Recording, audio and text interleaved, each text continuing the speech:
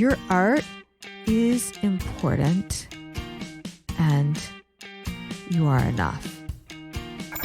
It's the Inspiration Place podcast with artist Miriam Schulman.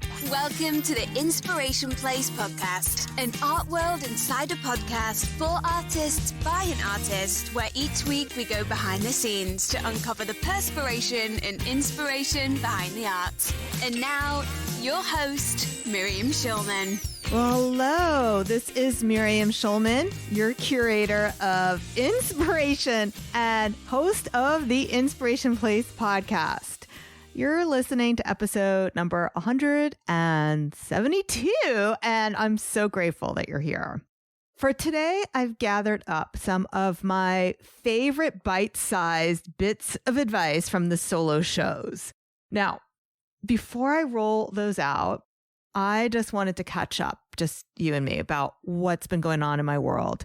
2021 has been a huge year for a lot of us, and I'm no exception. There's been big highs and also big lows. Starting in January, we lost my father-in-law to COVID, who we miss dearly.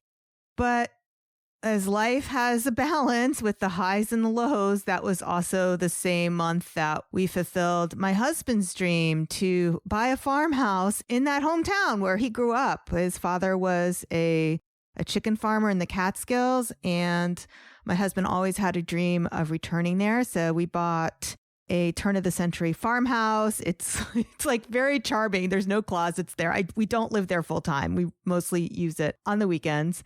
I like to joke, my husband is the country mouse and I'm the city mouse.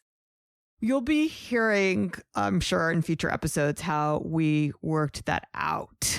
Don't worry, I'll catch you up on that later. I'm not going to catch up on every little month by month, but there were some big things this year. In February, I found an agent to represent my book, Artpreneur, which we sold to HarperCollins, and we secured that deal by June. Everything moves very slowly, by the way, in the traditional publishing world. So we submitted the proposal to publishers in April, and it wasn't until June that we got the contract signed. And then I spent the rest of the year torturing myself with the writing process.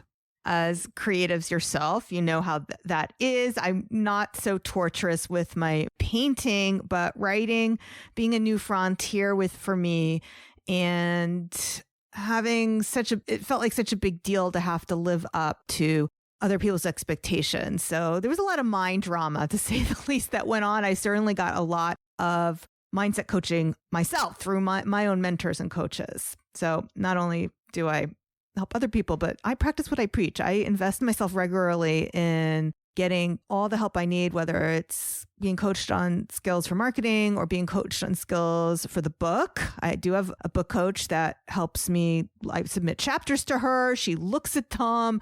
She gives me feedback on them. This is outside of the publisher, by the way, because my publisher pretty much said to me, come back when you're done in December. And I was like, wait, don't you know I don't know what I'm doing? So I hired a coach to help me with that. And actually, I won't keep her name a secret. Candace L. Davis has been fantastic. If you want to look her up, we'll try to add a link to her in the show notes. She's been really helpful with not only helping me with the mindset blocks of writing a book, but really giving me solid editing advice that's making my book even better. And I am on track to finish this by the publisher's deadline, but because of the paper shortage, the supply chain shortage, which is real, they pushed my publication date to 2023. Yes, 2023. So those of you who are thinking about self-publishing, by the way, that is the big advantage. If I was self-publishing, I could have a book out by this spring, but because I am going through traditional publisher, it's taking me a whole extra year. Now, don't worry. You can still get a lot of that wisdom that's in the book. I'm sharing a lot of it here, right on the podcast. So make sure you hit that follow button in the podcast app or open my email so that you know when I release a new episode. I don't want you to miss out on anything. And if you've been disappointed with your art sale results in 2021, how would you like to be coached by me with live and direct access every single week for a full 12 months. I can be your guide to help you get bigger results in your art business faster. Many incubator members double their sales in a year or less. As you might have heard, there are 2 levels of the Artist Incubator program. Both programs offer a full end-to-end success system that's meticulously designed from the ground up to grow your mindset and learn the skills of sales and marketing you need, whether you want to get more exposure for your art through publicity, or whether your goal is to sell more original art and build your email list or teach online art classes. The Artist Incubator program includes all the training you need in a way that's designed just for us artists. It's not just the entire 5-part Passion to Profit framework.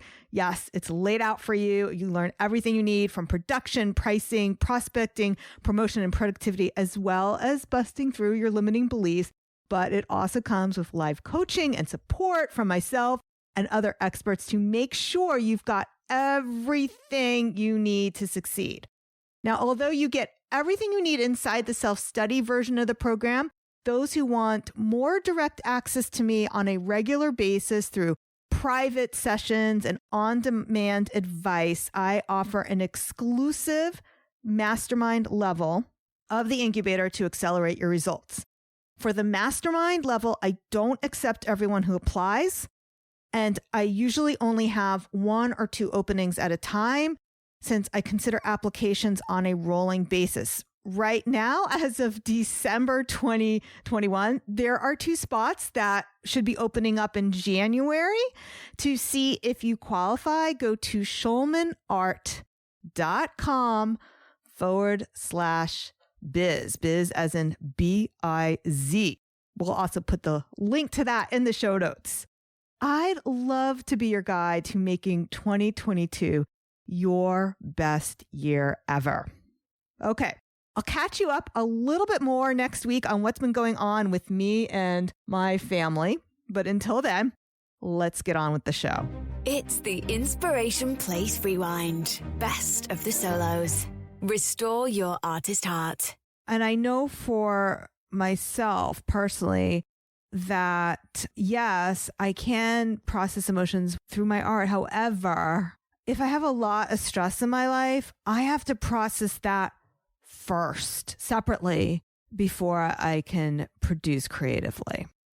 Now, if I don't get adequate rest because I'm anxious, whether that anxiety is about myself, my business, my family, the world, whatever it is, I can't just push through the next day. The idea that you can use grit or self-control to stay focused and productive every minute of the day is not merely incorrect, but it is potentially damaging your brain. What does that mean for us?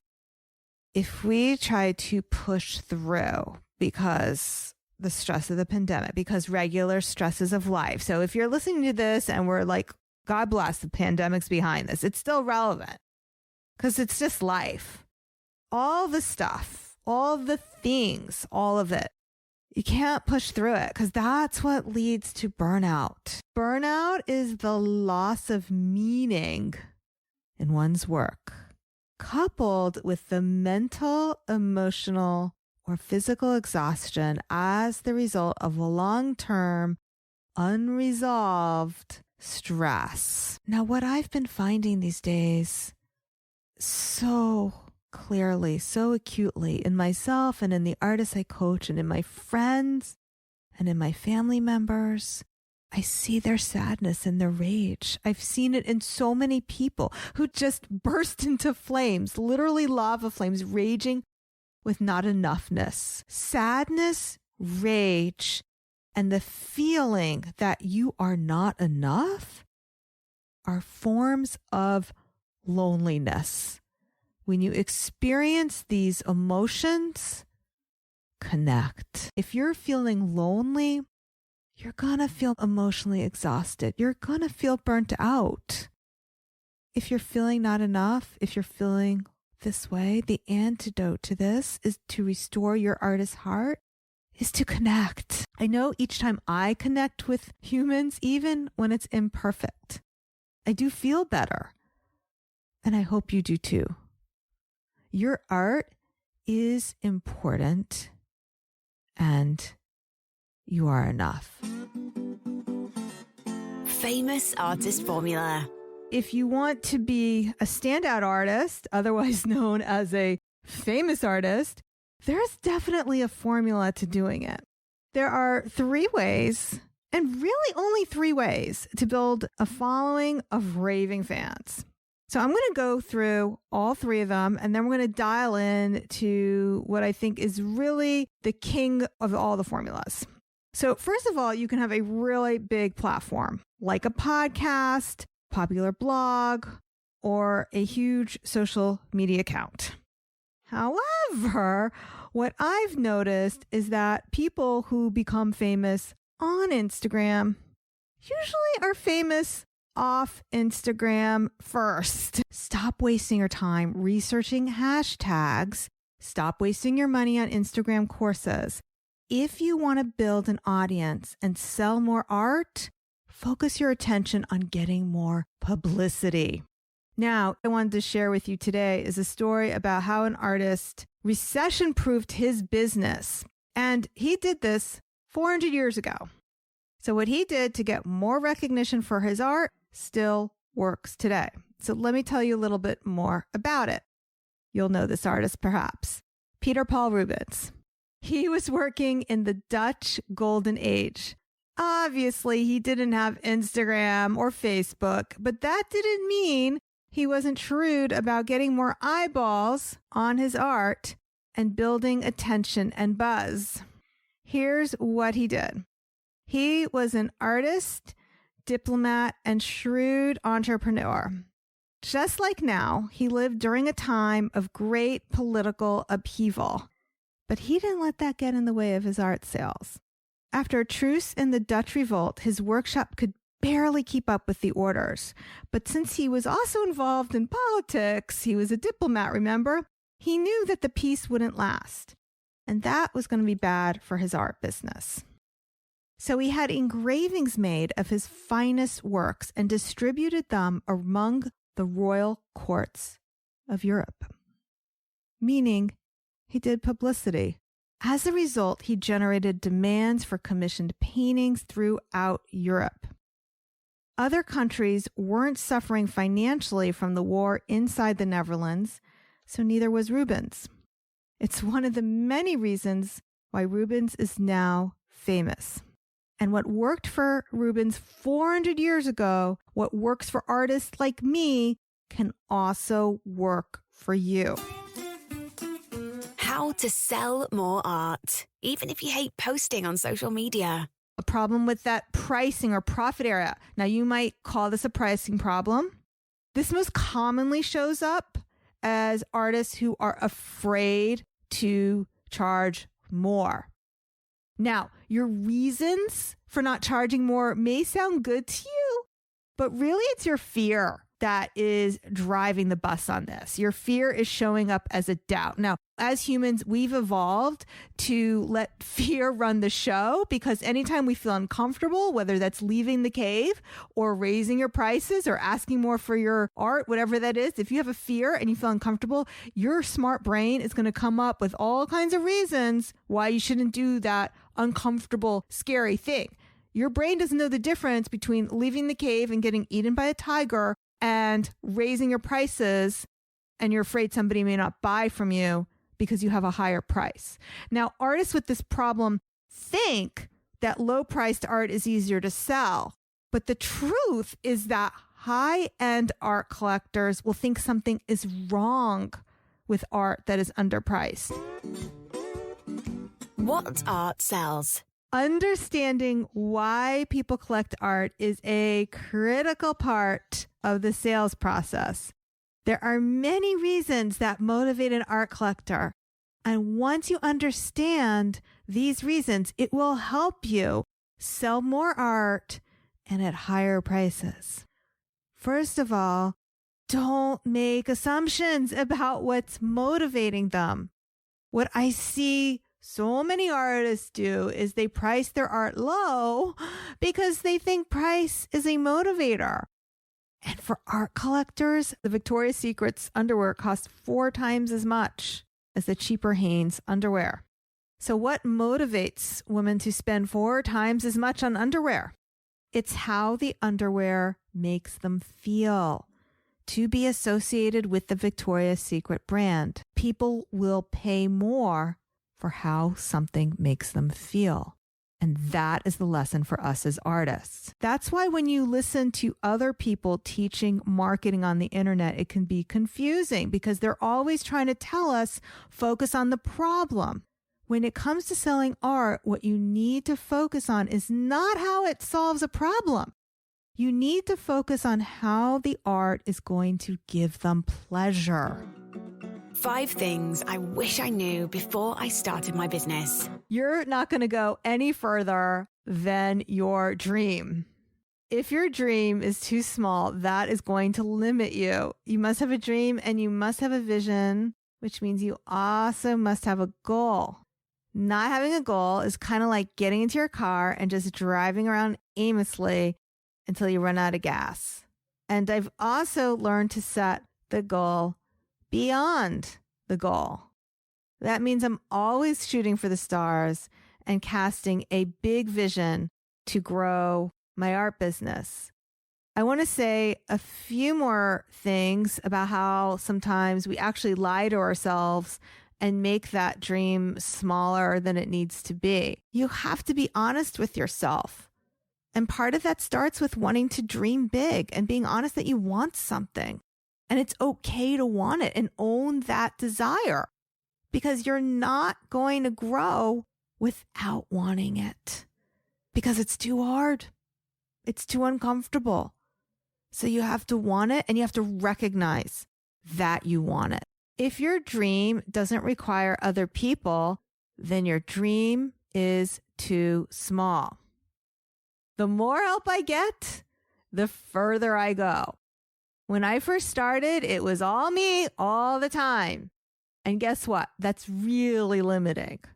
When I first started getting help, it was just a few hours a week. I do suggest you start with what I like to call the business babysitter. So what is the business babysitter? That's something that I started off doing when I first started hiring help. Was I would think about the help that I was getting in my business as like the babysitting type of help. So instead of paying a babysitter to watch my kids, I paid somebody to help me basically babysitting rates. That's what my first helpers were making, the going rates of babysitters. And I started small. I started at $10 an hour for 10 hours a week. Now I probably wouldn't pay $10 an hour. I think the going rate's a lot higher. So maybe it's $15 an hour for 10 hours a week. It's a small investment to really give you a lot of freedom because it's not just that your time is limited, your energy is limited. You might have more hours in the day and be willing to put in more hours, but it's going to drain you of all your energy. So if you want to grow big this year, get help. Hire help. That's your brain keeping you safe, telling you to play it small, telling you to go back in the cave and not to take a risk, not to do it. Don't listen to that. Don't listen to that second voice. You need to get uncomfortable. Decision drama. Now, if you want to attract customers who are decisive and they're a heck yes, or they are a no about your art or services, the way to get there is to start getting better at making decisions yourself. Now, it's super important to uncover where you're uncommitted and why. And you may be sabotaging yourself with this indecision. But I can promise you, if you are doing it, if you're uncommitted, if you're indecisive, I can promise you the reason why you're doing it is because you are enjoying an upside to staying stuck. Yeah, you are. Let me explain. By staying in indecision, you don't have to take an action, and your brain is keeping you safe. There are so many decisions that we have to make to move our life, our art, and our business forward. And know that staying in I don't know energy is going to keep you safe. Because as long as you don't know the answer to which direction you go, you don't have to change. And change is what you're ultimately avoiding. That and failure. The reason why you're having so much trouble deciding is because you're afraid of making mistakes, afraid of failing. And our customers do this as well. They're afraid of buying the wrong art, of making a mistake, or looking stupid. Now, projecting a strong belief about yourself, a strong belief about your art, is going to help shift that. And your art collectors will worry less about making a mistake. What not deciding means is you don't have to take action and move forward. And that, my friend, is what is keeping you stuck. Now, the mistake many people make is they think, oh, if I have a decision and it's making me feel uncomfortable, they think if they give themselves more time to think about it, that will change that emotion. That will lessen their discomfort. Unfortunately, that isn't true. In fact, if anything, thinking about it more is going to make you feel worse because your brain will have more time to come up with reasons about why it's a bad idea, why you shouldn't change. It will come up with more negative stories. So staying in indecision or I don't know energy wastes your time. Making decisions increases your action. By not making decisions, what you're doing is postponing the decisions. But it's more harmful when you postpone because then you are also postponing your actions. When you make a decision in your life, it moves you forward. When you say, I'm going to do this thing, or even when you say, I'm not going to do this thing, it moves you forward to the next thing. Unfortunately, most people don't do that.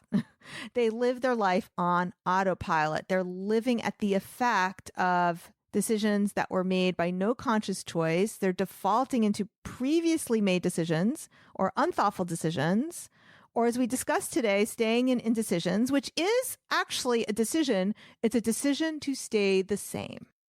What is the reason why we leave decisions unmade? The reason why is because we have this belief system that there are right and wrong decisions.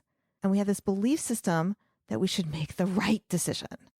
We also don't want to make decisions because many of us know that once we make the decision, action will be required. And risky action is what makes you feel uncomfortable. The Belief Triad for selling art. What's important for you to know is you have to continue to take inspired action even when the evidence seems to say that it's not working. You have to love your art so hard and believe so hard to come from this place that the world would miss out if they don't take you up on what you're offering. You have to take massive committed action consistently, even when there's no positive reinforcement. If you are committed to taking inspired action, when you believe in yourself, when you believe in your product, whatever your product is, product can be your art, product can be your writing, product can be your services, product can be your new online course. You keep taking action and you believe in your customer. In this case, for me, it was an agent. You keep taking action and you keep tweaking the process of how you're asking until you have a match. It's just like job searching or looking for a romantic partner or even trying to lose weight. There may be many times during these sorts of journeys when you think you're doing all the right things, and maybe you are doing all the right things, but you're not getting the results. Your body isn't changing. The scale isn't budging. You haven't met your true love. I know we've all been raised that if we do the hard work, we'll get an A+. But once you leave school and you're doing these other things, it's very easy to give up and say it's not worth it. So when you're thinking about what are the actions you need to take in the face of rejection and resistance in order to learn to keep moving forward.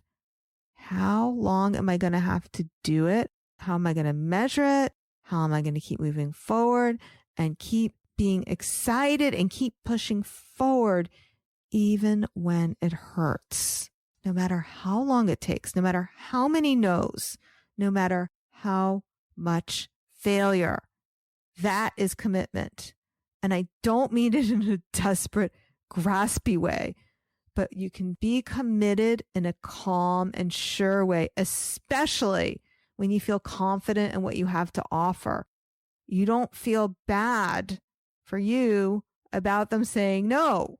You feel bad for them because they missed out. Someone from college, she's not in college now, someone I went to college with recently asked me the other day, how much time do you spend on your art? Because you're doing so much. And I told her, it's all my art. Writing is my art. My podcast is my art. Coaching is my art. My life is a work of art. Answer the call and commit to your art. The hero starts in the ordinary world and receives a call to enter an unusual world of strange powers and events. Everyone's story is different. For me, I was working on Wall Street. That was my ordinary world. For many of you, this might be a day job, could even be an art teacher job, or you're juggling other responsibilities along with your art. Your day-to-day life, as you know it, is your ordinary world. In The Wizard of Oz, Dorothy's ordinary world is Kansas. For Harry Potter, it was living with his aunt and uncle. But then what happens? The hero receives a call to enter an unusual world of strange powers and events. For Dorothy, that was to go over the rainbow. For Harry, it was to learn to be a wizard. For Luke, it was to become a Jedi. And for us, well, for us artists and creatives, it's to become an artist. Whatever kind of art you create, artist, author, sculptor, ceramicist, whatever that is. And that's why I like to say art is a calling. And becoming an artist, well, honestly, it's not that much different than becoming a wizard. Your wand is your paintbrush or your pen or your computer. And creating something just with the power of your imagination is an incredible gift, an incredible superpower. Now, these heroes never have a smooth path. Even the yellow brick road had poisonous poppies, mutinous apple trees, and flying monkeys. But there's something important that you need to know. You don't have to do this alone. Every hero's journey includes a guide or a mentor. From Dumbledore to Obi-Wan, these successful heroes rarely do it alone. But often the biggest burdens we carry are our own indecision. Our indecision to commit fully to the call. Is this the right dream? How do you know if you picked the right dream? By doing it. Then go all in. One of the easiest ways for me to describe to people what I do as a coach is that I help them make decisions. The better you are at making decisions and sticking with them until you see it through, whether that means you succeeded or failed, the faster you will grow. Failure by trying does have strategic byproducts that teach us things. Failure by failing in advance, by not trying, teaches us nothing. In Hollywood movies, the greatest character growth always occurs when the hero cannot return to the ordinary world. The house lands in Oz. Luke's home planet is destroyed. Or in Book 7, when Harry leaves the Dursleys for the last time. How can you make this a regular part of your daily life so your art practice no longer seems like dabbling? In what ways are you bound to the ordinary world and not fully committed to the magical realm of art? Lessons learned from Alice Neal and Julie Morettu. Alice Neal was born at the dawn of the 20th century, and she wanted to be an artist. But her mother told her, I don't know what you expect to do in the world, Alice. You're just a girl. Now, don't forget, Alice Neel was born in 1900. But instead of accepting the severe limitations of the Victorian era that her mother knew, Neel went off to study at Philadelphia's prestigious Philadelphia School of Design for Women, which is now known as the Moore College of Art and Design. And by the way, in an interview, she shared with art historian Cindy Nesmer that her mother's words, instead of destroying her, here's what she said, instead of destroying me, they made me more ambitious because I think, I'll show them. I'll show her. I'll show everybody. This is what 100% belief in yourself looks like. This is what belief in your art looks like. Neel's relentless commitment to her art did pay off. And at the end of her life, she enjoyed a retrospective at the Whitney in 1974 at the age of 74. She was born in 1900, so she was a child of the century. That's a big deal for a living artist. In fact, our next artist is also having a retrospective at the Whitney as a living artist. We'll get to her in a moment. When Alice Neel passed away in 1985, she had, let's call it a Joan Rivers-worthy memorial service at the Whitney Museum, which was attended by then luminaries such as Mayor Ed Koch. And in addition, the poet Allen Ginsberg gave his first public reading of his poem White Shroud at her service. So the 2021 blockbuster exhibition at the Metropolitan Museum of Art places Neel and her art in the canons of art history as one of the greats. Next, I want you to meet Ethiopian-born American artist Julie Mehretu. Now, she didn't have to wait until her 70s to have a retrospective. I believe she's 51, and she's got a boundary-breaking mid-career exhibition at the Whitney Museum of Art. And this is a powerful symbol of progress. She's an example of a contemporary Black female painter who is already famous. And it's interesting to compare her career trajectory to that of Alice Neel. So Mehretu paints abstract, and Neel paints figurative. Here's the kicker. You would expect Mehretu to paint figurative paintings because what's popular right now, especially among Black contemporary artists, is figure painting and portrait painting. Here is an artist painting contrary to what you expect. So Alice Neel was painting in the 1950s when abstract painting was in vogue. She was painting figurative art. And Julie Mehretu is painting abstract art when you would expect her to be painting figurative art. What that shows us is that you can paint in a style that's contrary to what's popular and still make it as an artist. If you have 100% belief in yourself and 100% belief in your art, you can follow your passion and be true to yourself. Matisse's selling secret. Art collectors aren't going to be chasing you. And I'm not saying that you need to chase them, but you need to take the lead. And then finally, why it's not enough to just be awesome. You actually have to actively nurture these relationships with collectors. Artists dream of having collectors like these taking an interest in their art. So collecting provided her with a sense of identity, a sense of purpose, and freedom from convention. And Matisse understood that it was his job as the artist to pursue the collector, not the other way around. He didn't wait in his studio waiting for these trips to Paris. He courted the sisters. He pursued them. He even created work specifically with Etta Cohn in mind and would write to her about them. So when you're looking to build your own audience of collectors and patrons, there's no better way to do that than with the art of the letter, or in modern terms, the email. So if you want to build an audience of adoring fans, when you email people, it's not just about marketing to them or selling to them. It's about building that relationship.